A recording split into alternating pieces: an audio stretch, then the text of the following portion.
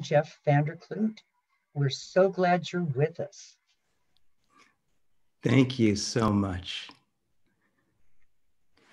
Thank you, Reverend Kathy and Shyla and everyone for your warm welcome. I can feel the love across the ocean and through this marvelous technology called Zoom, which from what I can tell you are masters at. And so thank you to our platform hostess and all of you who have moved online so beautifully during this time. And what a time it is to be alive right now. And where you are, I'm aware there have been challenges. And so I have a lot of love in my heart for everyone who's been affected in any way by the fires and by the coronavirus and just these wild, tumultuous times. And I suppose if Charles Dickens were alive, he could write a new version of his book and say, indeed, these are the best of times. These are the worst of times. And yet I have a sense that phrase is in need of revision. I have a sense that this is a time actually when we are opening to a kind of thriving that we haven't known before, of true prosperity and comprehensive well-being that I sense we haven't even dared to dream. So this passage is perhaps a tumultuous one, and I would love to share a story of the passage so far as I've experienced it, which has had its twists and turns and quite a lot of magic, so that we might collectively have more evidence of the magic, although I know you all seem to have a lot. So it's been a wild year for me personally. I started the year by committing to step forward in service, not knowing what that meant. And it was really interesting. The commitment was received by the divine and by life. And suddenly I started to write differently. I started to write with more clarity and more oomph. And I had a sense that it would be a good idea to spend most of February practicing my writing, to write in a way that was more accessible and that could carry the love more fully. And well, that's about when we started to hear that this coronavirus pandemic was coming. And I was scheduled to co-lead a 2-week journey in India called the Mystic Express, which would bring a whole bunch of Norwegian yoga students around Delhi and then up to Rishikesh. And I was certain it would be a lot of fun, but my intuition was telling me it wouldn't happen. And at the same time, my inner voice, the still small voice, was saying, go anyway, go to India, even if that means flying towards the storm of what had not yet been called a pandemic. And I've learned over the years to really trust spirit, to follow intuition and guidance. And it's actually the most interesting experiment I could possibly run. As a kind of scientist, I studied math and physics, and I really love what the left brain can do. And I realized early on that there was so much more. And so the journey has for me been a journey of integrating the magic with the mind. And of course they're one. So there's a lot of potential on both sides of that equation. So I said yes. I followed the instructions, knowing there was some kind of divine appointment. The intuition said the journey will be canceled the Thursday before it's scheduled to begin, but go anyway. So I board the Ukraine International Airways flight and fly to Kiev and fly to Delhi, and it's a whole process and pretty wild. There was actually a lot of fear. And I felt safe, but I also knew it was good to do all the right things. I felt protected by spirit, and I could do my part as well. And I arrived a week before the scheduled beginning of the Mystic Express because it's halfway around the world. And although I've done this many times, actually I've learned to rest and catch my breath and adjust to the time zone. And also I wanted to write. And it's a good thing because a few days into my stay, and I actually found a quiet part of New Delhi, believe it or not, plenty of people, but somehow very peaceful, little lake, great for writing. And I'd been hearing more and more about the coronavirus and how scary it was and how scared people were. It was almost, from my perspective, like people were talking about the virus behind its back. And I know everything is so alive. We're already in a conversational relationship with life and everything in it. And in some ways, everything has a voice that we can listen to. So I was inspired to ask the coronavirus what gifts it was bringing, because I knew there must be gifts in this situation. There always are. And I also had a sense that if we could shift out of fear and be receptive to those gifts, the outcomes would be different. I'm not trained in medicine, and I won't begin to make any pronouncements about the nature of the virus on that level, but I knew that on another level, the virus is love and compassion. And I know it doesn't play out that way to the eyes, and sometimes at least. And some people have really had a lot of pain and suffering, and I must honor both sides of the coin, even as I know there's a deep love that's operating. So I said, hey, coronavirus, are you there? And I felt this little pressure behind my right ear, and it was like a presence kind of nudging me. Yeah, I'm here. And I could sort of hear it. It was a mixture of sensations and a little bit of audio, a little bit of visuals, and just this sense. And so I asked what the gifts were. And it was very clear. Without even finishing the question, I got that the number one gift is slowing down the frenetic pace of humanity. And the other gifts, because there were a total of 6, included creating or stimulating the creation of networks of support and mutuality, people coming together to care for one another and build structures of peace, actually, and that there would be a reinvention of society in this process, a pattern reset. Even our DNA would be upgraded, and that sounds quite fancy, but actually that's what viruses do. Viruses move new DNA around. I suppose at the time it doesn't feel good. And again, I see both sides of the coin here. And I asked, but immediately got a no. It's not bringing any kind of punishment. It's not about culling the hurt, none of that. It's just not about that at all.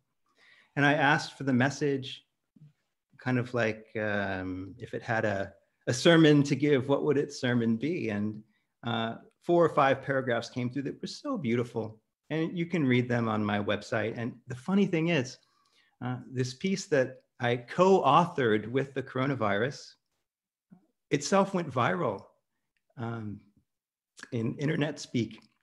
I slept on it for 2 nights. I wanted to make sure that I wasn't spreading fake news. And I also wanted to make sure I didn't have any energy around it, like, you know, that gotcha energy, or, you know, I think I know something energy. I wanted to make sure I knew it needed to be as clean as possible in order to really deliver the medicine.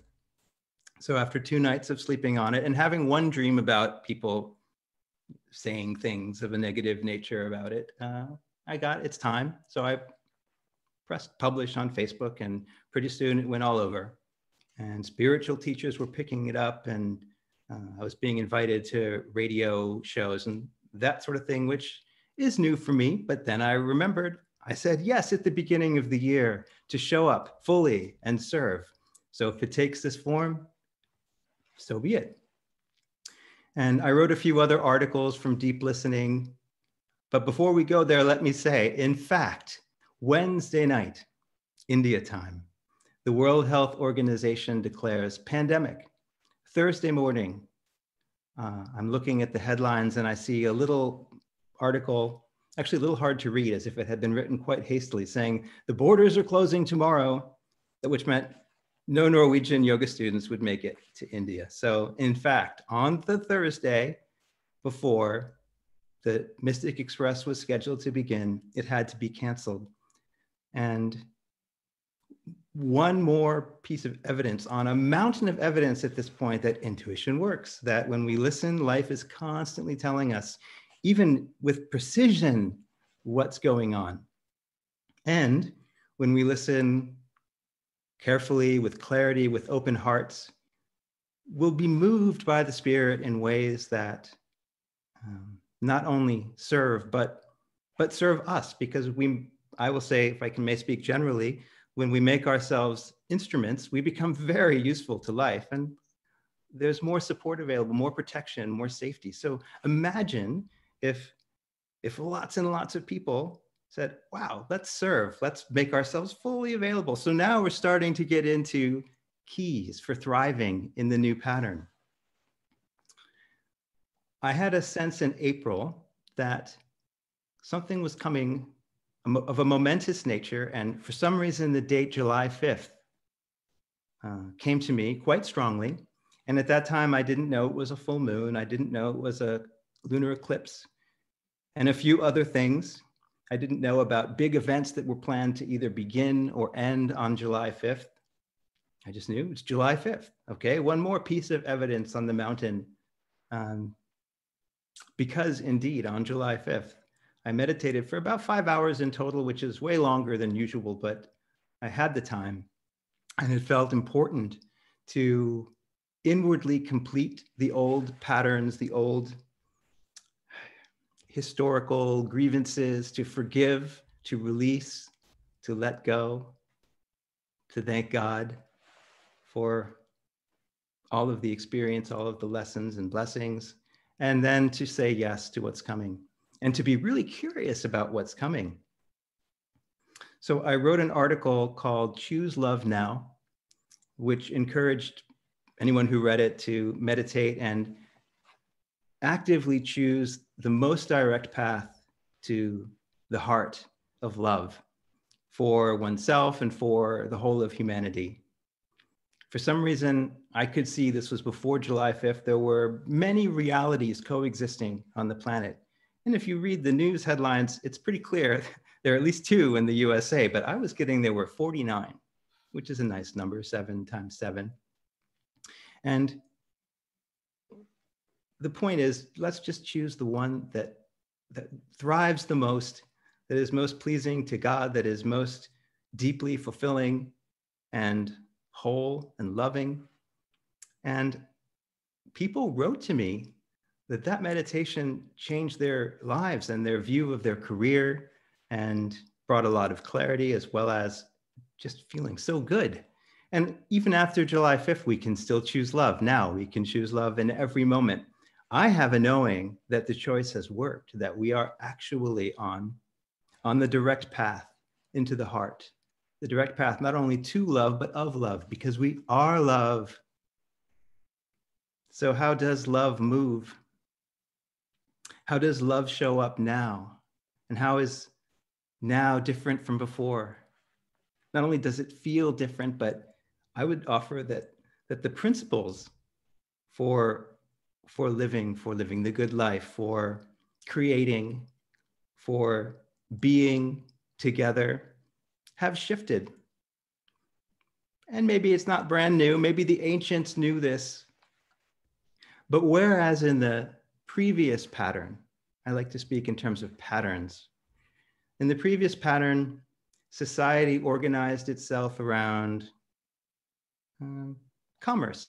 So the merchants, the archetype of the merchant was very well supported, because that's what all of society was favoring. It was a very interesting experiment. And so music and medicine and spirituality and education, everything was in some way commercialized. And wherever we could make a transaction out of our relationships, that was the experiment. But that was then. It worked in some ways. It didn't work in other ways. We've certainly encountered the limits of a paradigm of converting natural resources, natural capital into financial resources that are not mindful. So in the new pattern, there is more mindfulness. Not many years ago, mindfulness was still regarded as fringe. Now it is completely mainstream. Meditation is a word that gets used in boardrooms. Spirituality increasingly in business books. And I'm very hopeful.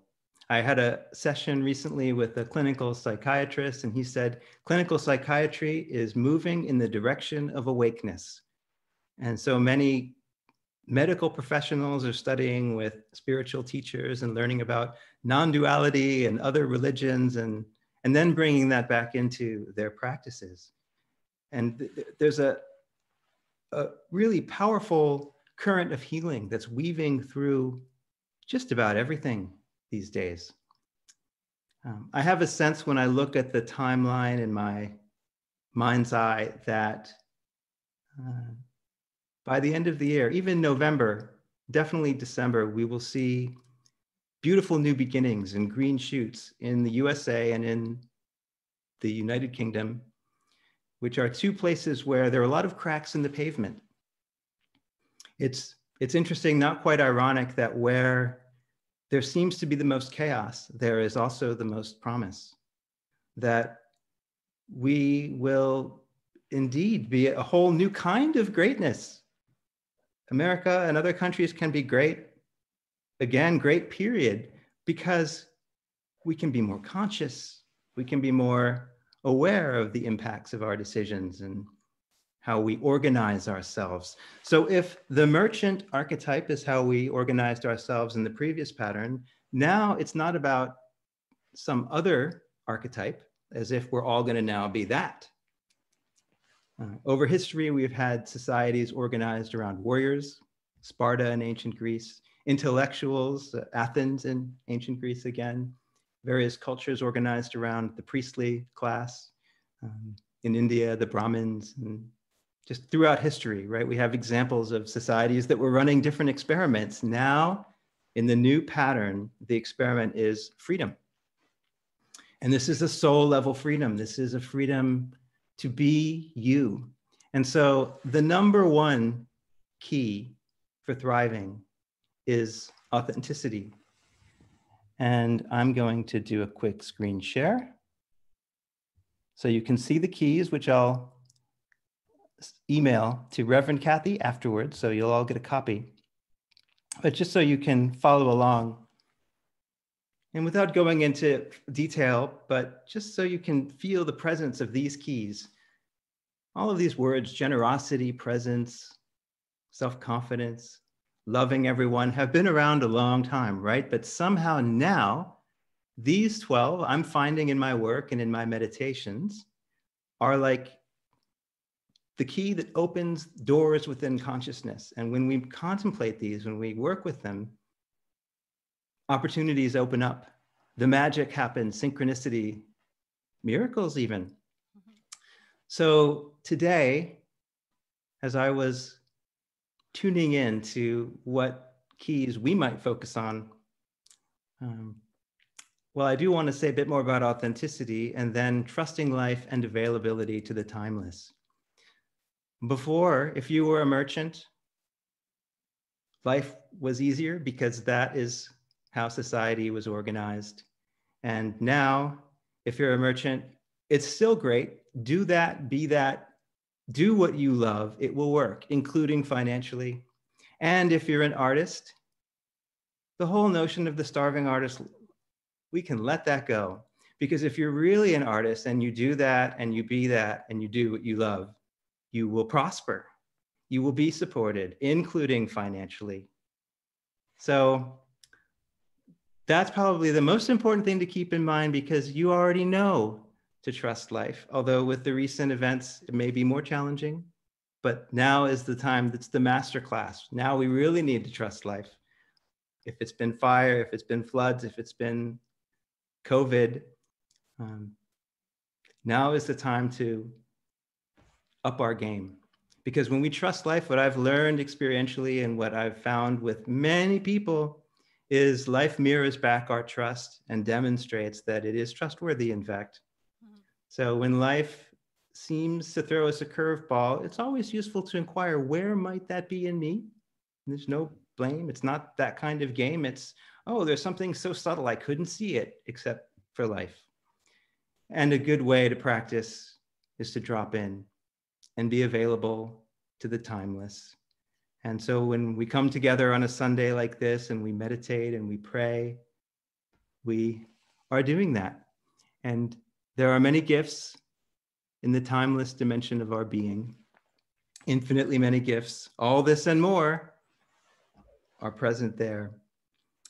You'll find in the slides that I do send later, there's one more on keys for radical well-being, because thriving, which is what this is about, and in my book, thriving is basically a synonym for enlightenment, awakening, big love. So thriving and health and prosperity and deep, deep, deep fulfillment, they all go together. And we do want to take care of our bodies, and we do want to take care of our being on every level. So social support is key. Coming together in community and fellowship is absolutely key. Having a strong reason for living turns out to be one of the biggies, and deepening your spiritual connection, another one. So many keys, and you can pick the ones that most resonate for you. We're all unique expressions of the one, beautiful expressions. And again, it's a miraculous time to be alive. May you and your loved ones and all you know be safe, be happy, healthy, and free. And may you thrive, may we thrive. And actually, to thrive, we all must be thriving together, because it is all of us. It is the oneness realized. It is the light and the love of the source that we know and can feel and can taste. Thank you very much. And if there are questions, it would be lovely to hear your questions. You can unmute yourself and ask, and I'll answer succinctly if it's a question for me, or maybe it's a question for the universe, and we'll see. But yeah, let's be interactive. I would just love to hear your voices.